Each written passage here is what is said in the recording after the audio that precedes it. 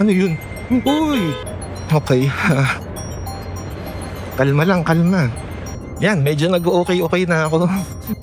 Medyo pakalma na ako. Hindi ko alam, parang may mga nag-flash sa akin nung nangyari yun eh. Yan, hello sa inyo mga halabibs. Nandito tayo ngayon sa Nueva Ecija at nasa Cabiao yata tayo. At syempre para sa ride na to, ang pupuntahan natin ay sa Pampanga. Pero kung saan sa Pampanga, ayan, malapit dyan. Ayan yung Mount Arayat. At hindi ko sigurado kung Arayat ba yung pupuntahan natin or Magalang. Pero ang mahalaga dyan, ang oras ngayon ay 12:23. So eto na naman tayo sa mga ride sa tanghali. At parang yun na yata yung laging nangyayari eh, afternoon rider. At syempre hindi ko alam kung bakit lagi tayong tanghali, pero parang yun na rin yun eh. Yun na rin yung amats natin, ride sa tanghaling tapat sa summer. Oh, mura ng gas dito 74 pero sarado. Medyo kakaiba yung feeling dito parang pakiramdam ko nasa isa akong country road. Yung sa mga probinsya, yung halos wala kang makikita kundi kalsada na diretso na ang layo ng inaabot. Parang yung mga nakikita ko sa TV, yung sa mga Amerika, yung mga country road nila doon, parang ganito yung feeling ko. Tapos konti lang yung mga dumadaan, yung mga nakakasalubong mo konti din. Minsan wala, kanina wala akong nakakasalubong, tsaka wala rin akong kasabay. Wala lang, parang kakaiba sa feeling. Nakakatuwa.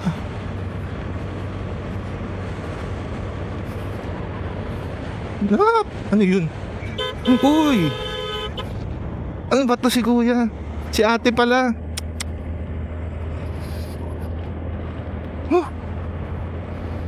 Bes, muntik na yun. Okay. Kalma lang, kalma. Biglang kakanan, lilipat ng linya. Pero at least nakapag-break naman ako at nakaabot pa.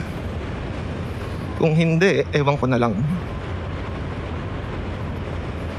Pero kasi hindi mo naman masisirin si ate, kasi merong parang, hindi ko alam, parang ipo-ipo na maliit. Hindi ko alam.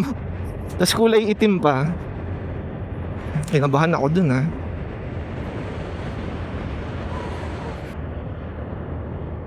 Wala na, parang natahimik ako pagkatapos nung nangyari. Kinabahan ako eh. Kala ko babangga ako sa kanya. Pero buti nga hindi naman nangyari. Safe naman ako. Safe din naman si ate na nagta-tricycle. Maya okay na ako. Kinakabahan ako eh. Maya okay na ako. Kinabahan talaga kasi ako. Kala ko mangyayari yung ayokong mangyari. Mag-music muna ako para medyo ma-relax ako. Yan, nasa Cabiao pa rin pala tayo. Medyo naiisip ko pa rin yung nangyari kanina. Hindi ko alam. Parang naano ako dun na-shock Kato maya pa konting music pa, baka okay na ako. Yan, mukhang malapit-lapit na tayo. Andito na yung mas malapit na tayo sa Mount Arayat. Titinda ng puto. Thank you, sabi ng Cabiao. At sabi rin ng Nueva Ecija, thank you din. At sabi naman dito, pagtawid ng tulay, kung anumang bayan to hindi ko alam. Wala silang sinabi. Ay ko.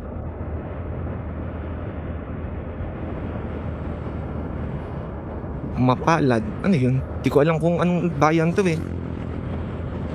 Yan, medyo nag-okay na ako. Nakinig na ako ng mga masasayang kanta para mawala sa isip ko yun. Galing nitong school Mukha siyang barko. Parang siguro ano to, maritime school. Naalala ko bigla yung Roro. Parang nakakamiss magtawid dagat. Sana nga makapagtawid dagat ulit no. Kaso lang ang mahal kasi. Sinecheck ko yung rate nung Roro ng motor papunta ng Panay. Parang nasa 7,000. Medyo masakit siya. One way lang yun. Eh yung pabalik pa nun 7,000 ulit. Balik 14, mahal. Parang di ko kaya yun eh. Tapos yung biyahe pa, one way magdamag. Parang gabi siya eh. Pagdating mo dun umaga na. Parang di ko kaya yun eh. 14 tapos yun lang yun. Biyahe lang yung papunta tsaka pabalik ng isla. Yan, ang ganda oh. Mount Arayat. Medyo nakatakot lang tong tulay kasi parang medyo may mga part na lundo siya. Nakikita mo sa handrails. Eh may bus pa sa harap.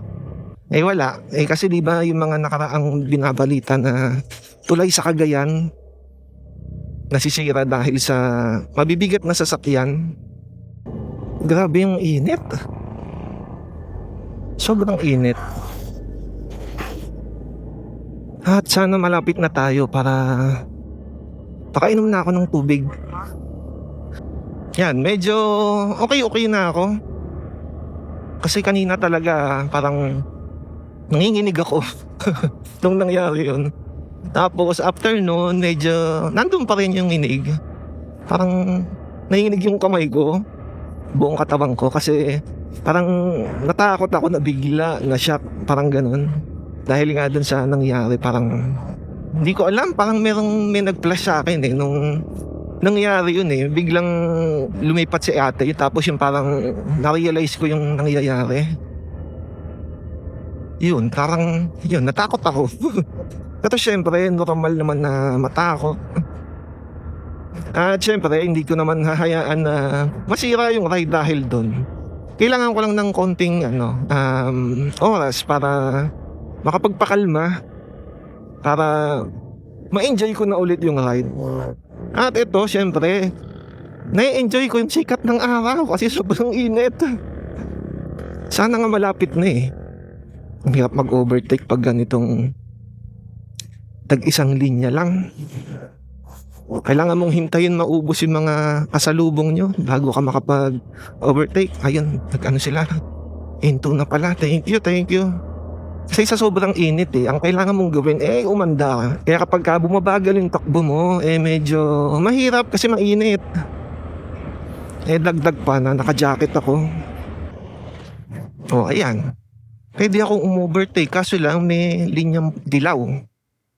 Naka-video ko. O di hindi ko gagawin. Yan, malapit na tayo. Kainan tong pupuntahan natin Hindi ko pala nabanggit na sa inyo. Pero sana meron silang mga kanin-kanin. O baka kape-kape lang to. Nasaan? Dito.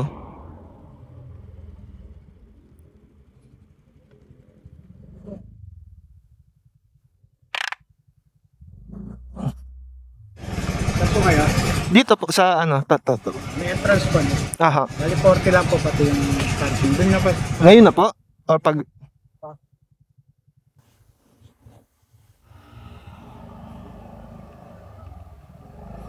Wala.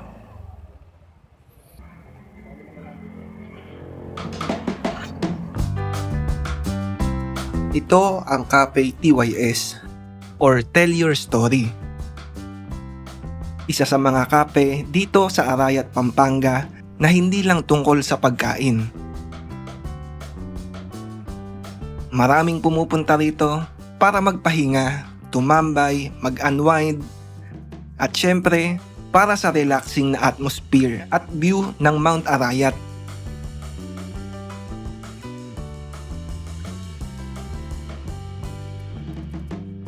At ang dinayo ko dito, ang tanawin at ang pagkain.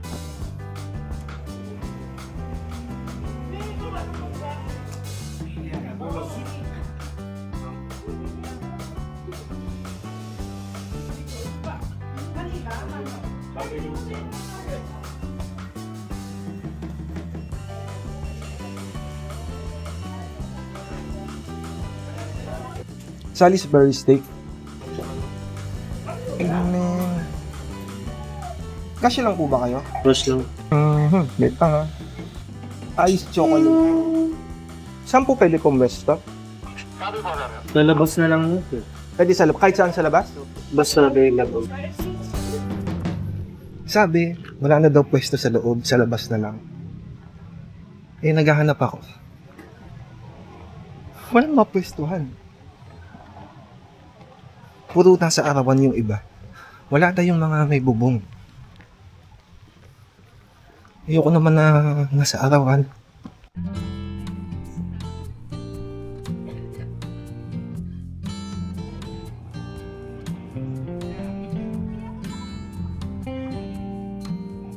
Ang dami din nila ditong mga bugambilya. Iba-iba kulay. Parang yung saka sa batik.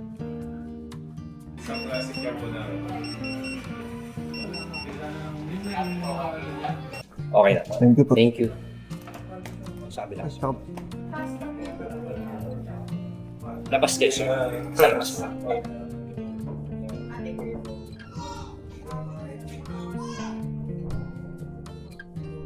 Thank you.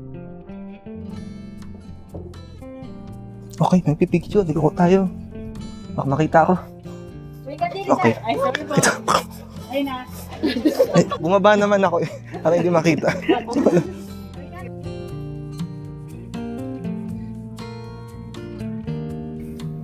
Ito, tikman na natin kung masarap. Sana masarap. Salisbury steak. Layo ng upuan sa lamesa. Parang pang chill, hindi yung pang dining na medyo mataas yung lamesa. Pero okay lang. I-enjoy ako sa view dito. Ito, pakita ko sa inyo. Ayan no. Mga pinagkainan. Tsaka ito, hindi sa akin to eh. Ang ganda ng view no. Ang laki ng Salisbury steak nila. Parang hindi ko kaya undusin. Pero kakayanin. Sayang yung bayad eh. Masarap ha, yun yung chocolate nila. Tsaka itong Salisbury steak. Masarap.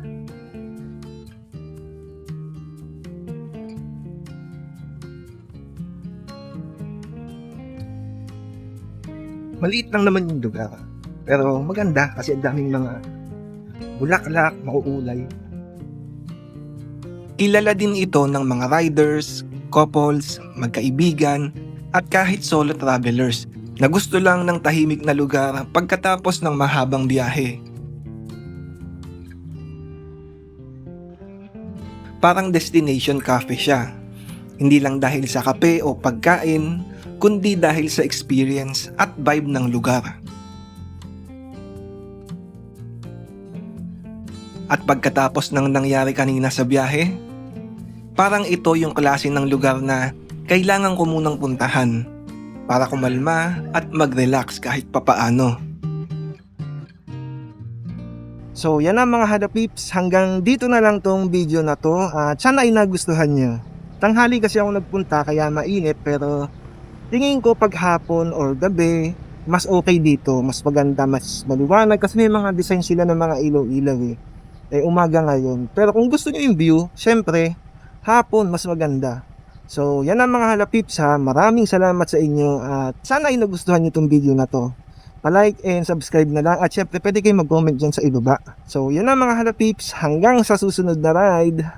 Bye-bye.